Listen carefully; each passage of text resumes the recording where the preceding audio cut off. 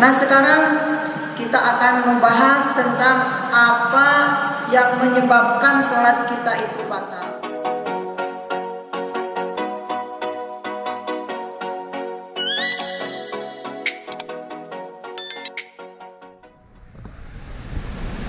Assalamualaikum warahmatullahi wabarakatuh. Teman-teman, kemarin kita menceritakan tentang hal-hal yang harus dilakukan ketika kita melaksanakan sholat, dari pertama wudhu sampai selesai sholat. Nah, sekarang kita akan membahas tentang apa yang menyebabkan sholat kita itu batal. Ini tentunya harus kita ketahui. Oleh karena itu, mari teman-teman lihat kepada tulisannya. Paslon, di dalam pasal ini, di dalam pembahasan ini, musonif akan menjelaskan tentang tabtulus sholati. Apa itu tabtulus sholati? Artinya tabtulu yang membatalkan, as-sholatu sholat. Jadi secara keseluruhan tabtulus sholati artinya di dalam pasal ini musonif akan menjelaskan tentang hal yang akan membatalkan sholat. Apa itu? Bi arba'a asyarota, yaitu ada 14 hislatan perkara. Ada penyebab batalnya sholat itu semuanya ada 14 perkara. Bil hadasi, yang pertama, penyebab batalnya sholat itu karena mempunyai hadas. Hadas kecil, hadas besar. Bagaimana kalau kita setelah wudhu dan sholat? Nah, ketika sholat misalnya kita keluar angin, itu menyebabkan mempunyai hadas, maka sholat kita itu batal. Jadi yang pertama karena adanya hadas.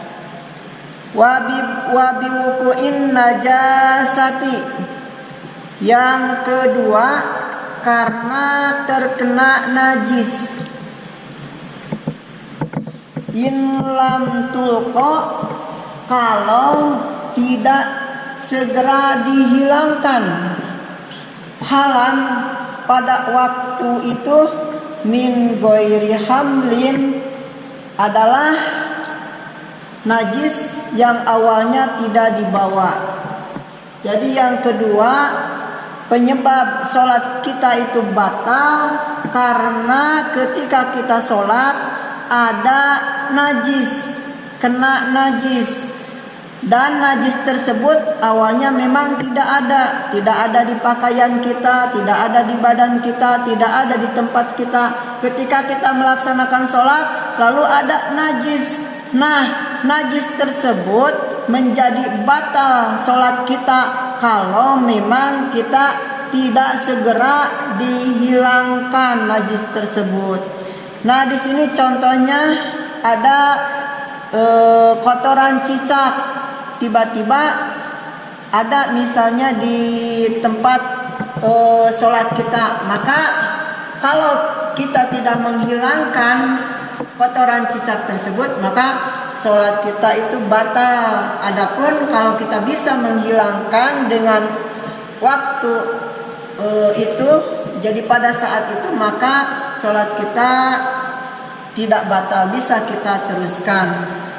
Yang kedua, yang ketiga, yaitu wan kisyafil aurati, karena sebab terbukanya aurat. In lam tustar, kalau tidak segera ditutupi aurat tersebut halan pada saat itu. Jadi yang ketiga, sholat kita akan menjadi batal kalau ketika sholat kita terbuka aurat. Maka aurat tersebut kalau kita tidak segera ditutupi, maka sholat kita menjadi batal. Andaikan aurat yang terbuka itu bisa segera kita tutupi, maka sholat kita bisa dilanjutkan dan tidak batal. Wan nutqi, yang keempat adalah bicara biharfaini, dengan dua huruf. Kalau di Indonesia dengan dua kata. Au biharfin mufhimin, atau satu huruf yang bisa dipaham, amdan, dan kita berbicara tersebut dengan sengaja. Yang keempat, kalau ketika kita sholat berbicara dua huruf, minimal dua huruf atau satu huruf yang bisa dipahami. Contohnya, hey, itu kan bisa dipahami, atau kesini itu bisa dipahami, atau kalau bahasa Arab mengatakan a juga itu bisa dipahami, a artinya apakah. Jadi satu huruf atau lebih, minimal dua huruf yang bisa dipahami, kita berbicara amdan. Di sini catatannya dengan sengaja. Dengan sengaja kita berbicara pada saat sholat, maka sholat kita itu menjadi batal. Adapun misalnya kalau tidak disengaja bertolakan, bagaimana kalau kita berbicara itu merupakan refleks? Misalnya kaget melihat sesuatu atau ada yang jatuh, kita mengatakan aduh. Nah seperti itu. Nah di sini amdan. Yang jadi batal itu karena sengaja. Adapun tidak sengaja itu tidak menjadi batal salat kita. Yang selanjutnya yang kelima, wal akli al kasiri, yaitu yang kelima berbicara, wal akli yang kelima berbicara, al kasiri yang banyak, nasian karena lupa. Nah tadi kan bagaimana kalau kita bicaranya sedikit, sekata, dua kata, atau satu huruf, dua huruf. Kalau berbicara sedikit tapi sengaja, itu menjadi batal. Tapi bagaimana kalau bicaranya banyak? Wal aklil kasiri, bagaimana kalau bicaranya banyak tetapi bicara itu nasian karena lupa? Tetap aja kalau bicaranya banyak, itu pun walaupun tidak sengaja, walaupun karena lupa, menjadi batal sholat kita.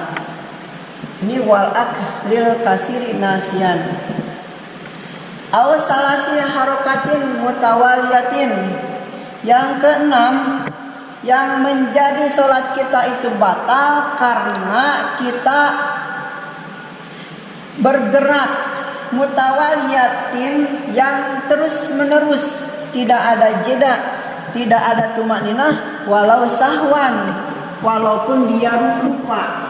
Jadi yang keenam teman-teman, pada saat kita sholat, kalau kita bergerak di luar pergerakan sholat, misalnya kita menggaruk sesuatu yang gatal, misalnya di kepala ada yang gatal, kita menggaruk. Nah kalau pergerakan kita, kalau gerakan kita lebih dari 3 kali, maka menjadi batal walau sahwan, walaupun lupa. Misalnya seperti ini, 1, 2, 3, nah lebih misalnya 3 kali pergerakan kita, maka itu menjadi batal. 1, 2, 3, 4 itu menjadi batal.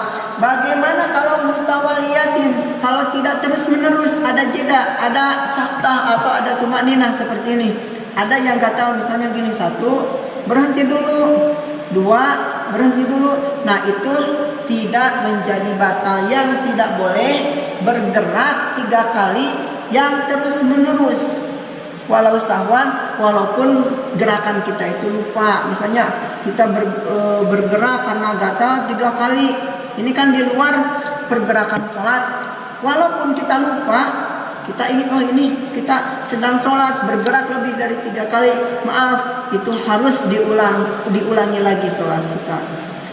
Dan selanjutnya yang ketujuh, wal wasbatil fahisyati, yaitu loncat yang keras. Jadi dalam sholat tidak boleh loncat ya. Buat apa kan kita loncat? Misalnya kalau memang ada sesuatu, ada bahaya, misalnya ada ular, loncat, tapi loncat yang keras, loncat yang keras itu menjadi batal. Bagaimana kalau tidak fahisyah, kalau tidak yang keras, misalnya lompat karena ada sesuatu misalnya sedikit, itu tidak menjadi batal. Di sini ada penjelasannya. Yang batal itu loncat yang keras. Yang selanjutnya wador batil mufritoti. Yang kedelapan adalah memukul yang keras. Misalnya ada teman misalnya menghalangi, kita pukul, misalnya lagi sholat kita pukul keras, memukulnya walaupun sekali, kan tadi 3 kali pergerakan, walaupun sekali karena memukulnya keras atau memukul, misalnya ada di sini ada nyamuk, kita pukul dengan keras, itu menjadi batal walaupun 3 kali pergerakan. Bagaimana kalau tidak keras? Kalau tidak mufritoti, bagaimana kalau tidak keras memukulnya? Misalnya ada nyamuk, terus kita pukul misalnya sedikit, pelan-pelan, itu tidak menjadi batal. Yang ke-9, waziyadati ruknin fi'liyin amdan. Yang ke-9 adalah menambah rukun fi'liyah karena sengaja. Ingat, rukun fi'liyah itu rukun pekerjaan. Contohnya rukun pekerjaan satu aja, misalnya ruku di sini adalah rukun fi'liyah. Nah, kalau kita sengaja menambah ruku tersebut, sholat kita menjadi batal. Kan biasanya 2 kali, contohnya Allahu Akbar, ruku, sami Allahu liman hamidah, biasanya sekali. Nah, ditambah lagi Allahu Akbar sengaja, sami Allahu liman hamidah, rukunya jadi 2 kali dalam 1 rakaat. Nah, itu menjadi batal karena sengaja. Bagaimana kalau tidak sengaja? Kalau tidak sengaja di sini tidak dijelaskan. Jadi kalau tidak sengaja berarti itu karena lupa, berarti tidak menjadi batal. Wa taqaddumi yang ke-10 adalah wataqadumi ala imamihi biruknaini fi'liyin, adalah fi'layaini adalah mendahului, ini buat yang makmum, mendahului imam dengan 2 rukun fi'liyah. Jadi kalau kita berjamaah sebagai makmum harus mengikuti imam. Bagaimana kalau kita misalnya sengaja mendahului imam?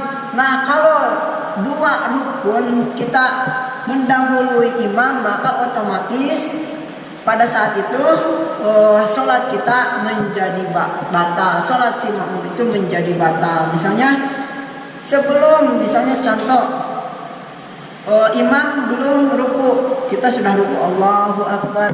Kan ini satu rukun fi'lin. Yang kedua, sami Allahu liman hamidah.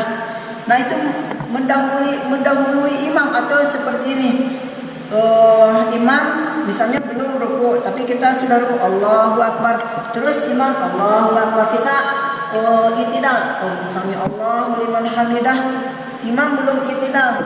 Nah, itu ada 2 rukun yang kita mendahului, maka rukun fi'liyin, maka sholat kita menjadi batal. Yang selanjutnya yang 11, wa takhallufi bihima bi ghairi udrin. Yang kelima adalah tadi kan mendahului. Nah, sekarang mengakhirkan sebagai makmum, mengakhirkan pergerakan makmum pergerakan jadi makmum, jadi lebih dari dua rukun fi'liyin. Kalau tadi mendahulukan, kalau sekarang misalnya lambat ketinggalan sampai 2 rukun fi'liyin ketinggalan. Kita misalnya sedang berdiri, nah imam sudah ruku, sudah i'tidal, kita belum ruku dan belum i'tidal, maka itu menjadi batal. Atau misalnya jedanya sedikit pada saat imam ruku, nah kita misalnya ketinggalan imam sudah i'tidal, kita baru ruku, terus imam sudah sujud, kita baru i'tidal. Itu ada 2 rukun yang sudah 2 rukun fi'liyin yang sudah ketinggalan, maka salat kita menjadi batal. Yang selanjutnya yang ke-12 adalah waniyati qot'is sholati, niat. Jadi dalam hati itu ada niat untuk memutuskan sholat. Kalau niat memutuskan sholat di dalam sholat berjamaah, misalnya kita tidak suka sama imam, mending niat putus aja, mending niat sendiri aja, maka sholat kita itu menjadi batal. Wa ta'liqi qat'iha bisyai'in, atau menghubungkan memutuskan sholat tersebut dengan sesuatu. Contohnya misalnya lagi sholat, terus ada berita akan ada tamu yang datang mau ke rumah, sholat aja dulu misalnya. Nah nanti kalau misalnya tamu sudah lewat, baru sholatnya mau putus. Kalau belum lewat, sholatnya dilanjut. Nah niat seperti itu juga sudah menjadi sholat kita batal. Yang selanjutnya watarot budi fi qot'iha. Yang selanjutnya adalah watarot budi. Watarot budi artinya ragu-ragu fi qot'iha, dengan memutuskan sholat tersebut. Jadi di dalam sholat, contohnya kita ragu-ragu mau putus atau enggak, mau disudahi, misalnya belum selesai sholat, mau putus aja sholatnya, berhenti aja sholatnya, nanti mau dilanjutkan, tapi ragu-ragu, enggak. Jadi ada ragu-ragu di situ, itu sudah menjadi batal sholat kita. Jadi di dalam sholat harus ingat, di dalam niat kita, kalau niat kita itu mau sholat sendiri atau sholat berjamaah, di dalam niat kita itu misalnya ada niat untuk memutuskan sholat, maka itu menjadi batal. Atau ada niat untuk menghubungkan dengan sesuatu. Contohnya tadi, kalau misalnya ada tamu yang lewat, sudah mau berhenti sholatnya, mau diputuskan sholatnya. Yang ketiga, tidak boleh juga ada ragu-ragu di dalam hati kita antara sholat kita diputuskan dan tidak diputuskan. Sampai di sini mudah-mudahan ada manfaatnya bagi kita semua. Bagi teman-teman ingin komentar, silahkan komentar di bawah video ini. Jangan lupa untuk like, subscribe, komen. Terima kasih. Wassalamualaikum warahmatullahi wabarakatuh.